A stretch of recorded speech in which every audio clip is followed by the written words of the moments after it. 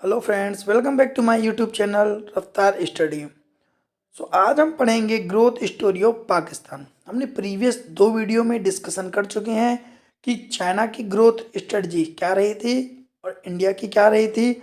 दोनों ही इकोनॉमी किस प्रकार से एक स्लो डाउन फेस किया था।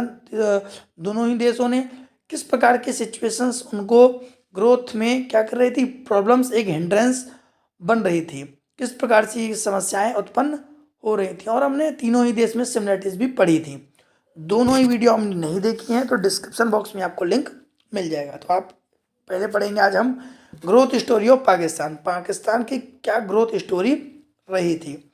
तो देखिए इन 2017, देखिए डाटा 2017 का लिया गया है यहाँ पर तीनों ही देश के लिए। तो GDP of Pakistan was estimated to 271.1 billion USD. देखिए जो पाकिस्तान की जो इकोनॉमी थी 2017 में वो बिलियन में थी।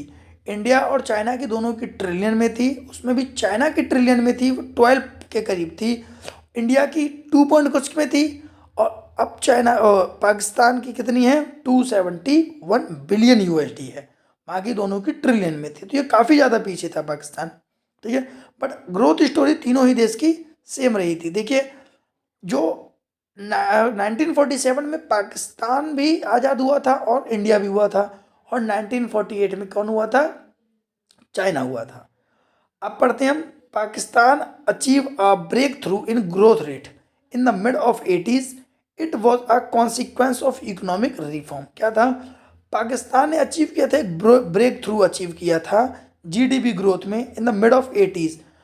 1980s में इन्होंने एक ब्रेक थ्रू मिला था गवर्नमेंट ऑफ पाकिस्तान को, जिसका परिणाम निकला था इकोनॉमिक रिफॉर्म। मतलब कि 1980s में इन्होंने इकोनॉमिक रिफॉर्म किया था, आर्थिक सुधार किया था, ठीक है। Economic reform in Pakistan were almost similar to India. बताया इकोनॉमिक रिफॉर्म इस न्यू इकोनॉमिक रिफॉर्म भी हमारे इंडिया में आया था, ठीक है। इसमें इंडिया जो पाकिस्तान की जो स्ट्रेटजीज थी वो सिमिलर थी किसके, इंडिया की, ठीक है ना। पाकिस्तान ने भी इकोनॉमिक रिफॉर्म लगभग सेम अपनाया था। 2008 economic outlook in Pakistan turn to disappointed reason to several factors. क्या हुआ था, 2008 में इकोनॉमिक्स आउटलुक पाकिस्तान की जो टर्न की गई थी, वो उसके कुछ फैक्टर्स थे कि उनको कह सकते हैं, जो बाहर की जो दुनिया थी जो पाकिस्तान की थी, वो एक अलग ही दुनिया चल रही थी उसकी, ठीक है ना। कह सकते हैं उसका टर्न डिसअपॉइंटेड हो गया था। बहुत सारे फैक्टर थे जो उसको इम्पैक्ट कर रहे थे पाकिस्तान को। 2008 में ये डाटा निकाला गया था। अब ये पढ़ेंगे हम कि 2008 में ये जो कौन से फैक्टर थे जो उसको एक डिसअपॉइंट क्रिएट कर रहे थे पाकिस्तान में। यही इसकी स्लो डाउन है। देखिए इसमें कंटेंट ज़्यादा इसलिए नहीं लिया गया है पाकिस्तान के में, क्योंकि लगभग स्ट्रेटजी तीनों देश की सेम थी। तो आप वहाँ से कंटेंट भी पाकिस्तान के में डाल सकते हैं, ठीक है। बाकी कोई ज़्यादा पाकिस्तान में इतना ज़्यादा कोई इम्प्रूवमेंट हुआ नहीं था, क्योंकि आप खुद समझ सकते हैं 271 बिलियन था बस इसका।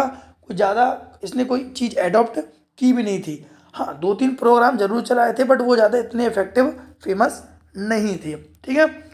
अब लेकिन इंडिया पाकिस्तान में प्रॉब्लम ज़्यादा क्रिएट हुई थी। और वो प्रॉब्लम्स थी क्या, लोगों ने एफडीआई क्यों नहीं करना चाहा यहाँ पर। तो इस प्रकार से कुछ सिचुएशंस आ रही हैं, ठीक है। वो कौन सी हैं, देखिए पहला समझते हैं हम, Pakistan has gripped by the war of terror. ये तो आपको खुद पता होगा, जो पाकिस्तान था वो घिर चुका था, ग्रिप्ड हो चुका था वॉर ऑफ टेरर में।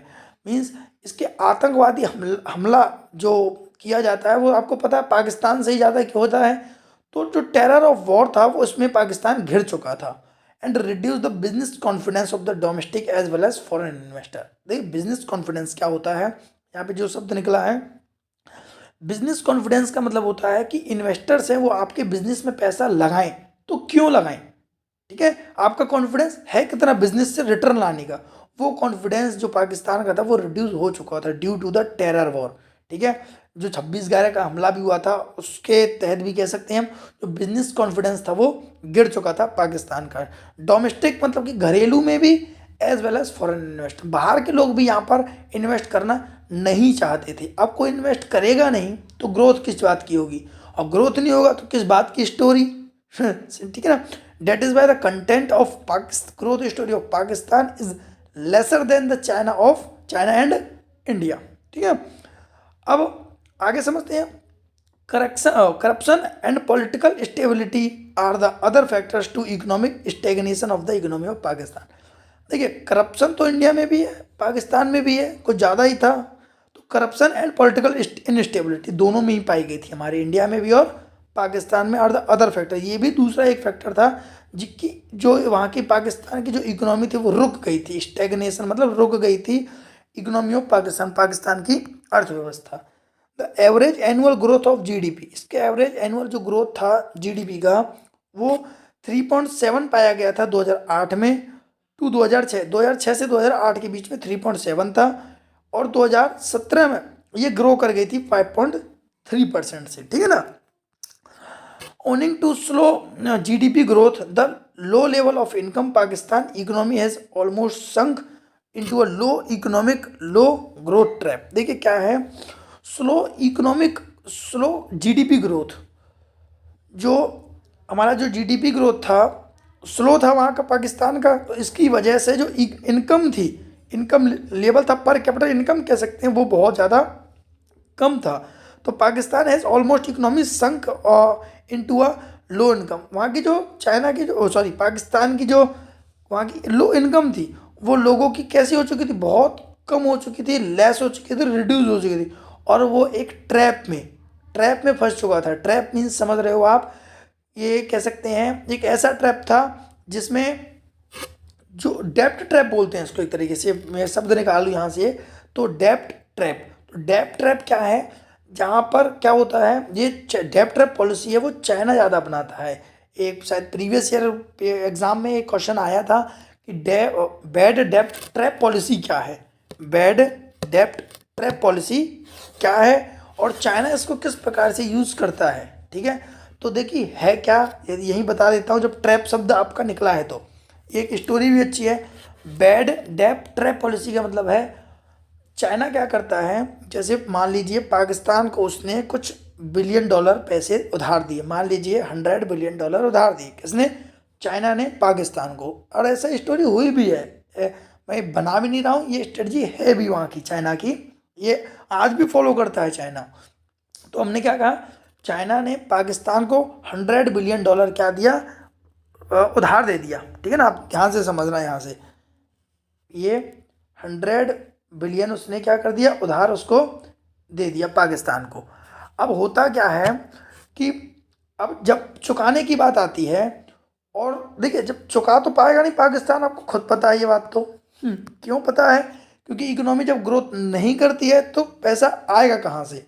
ठीक है, तो होता क्या है, अब पाकिस्तान को मान लेते हैं, ये चाइना ने पैसा दिया है पाकिस्तान को, अब पाकिस्तान को दोबारा ज़रूरत पड़ती है किसकी, चाइना को, इसकी ये पैसों की। तो ये क्या करता है पता है, ये एक मिनट है ना, तो देखिए स्टार्ट करते हैं, सुनिए दोबारा सुनिए। अब चाइना ने क्या किया, चाइना ने पाकिस्तान को 100 बिलियन का लोन दे दिया। अब चुकाने की बात आती है तो क्या करता है, पाकिस्तान जब नहीं चुका पाता है उस पैसे को, तो चाइना क्या कहता है, चाइना का कहना होता है कि आप 100 बिलियन डॉलर का उधार है ना आपके पास, आप 100 बिलियन और ले लीजिए और हमको उसको चुका दीजिए। देखिए स्ट्रेटजीज कितनी कैसी बनाई है, आप ध्यान से समझिएगा। ठीक है, $100 बिलियन, ठीक है, ये डॉलर पाकिस्तान को दे दिए। ठीक है, अब जब चुकाने की बात आई तो पाकिस्तान नहीं चुका पाया, तो चाइना कहता है पाकिस्तान से कि आप जब नहीं चुका पा रहे हैं तो एक काम कीजिए, आप 100 बिलियन का हमसे और ले लीजिए, ठीक है, और चुका दीजिए। तो देखिए इसी को कहा जाता है बैड डेप्ट ट्रैप पॉलिसी। मीन्स 100 का लोन तो पहले से ही बना पड़ा है उसके पास, 100 दे करके और लोन वो कर रहा है, तो 100 का तो पहले ही चुकाना है, 100 अब ले लिया लोन। तो यहाँ से ट्रैप में उसको फंसाते ही चला जाता है, ये इसी को बोला गया है बैड डेप्ट ट्रैप पॉलिसी। मौका मिला तो इसके ऊपर और अच्छी सी वीडियो बनाऊंगा मैं, अभी फिलहाल इतना समझिए आप। बैड डेप्ट ट्रैप पॉलिसी है, इसमें पाकिस्तान जो फंस चुका था उस टाइम पर, और जो चाइना था वो इन्हीं वजहों से अपने आप को फेमस करता चला गया है। तो ये था ग्रोथ स्टोरी ऑफ किसका, पाकिस्तान का। तो हमारी जो तीनों वीडियोस हैं ये कंप्लीट हो चुकी हैं कि तीनों की ग्रोथ स्टोरी क्या रही थी। आगे आने वाली वीडियोस में हम तीनों की कंपैरेटिव स्टडी करेंगे। Thank you.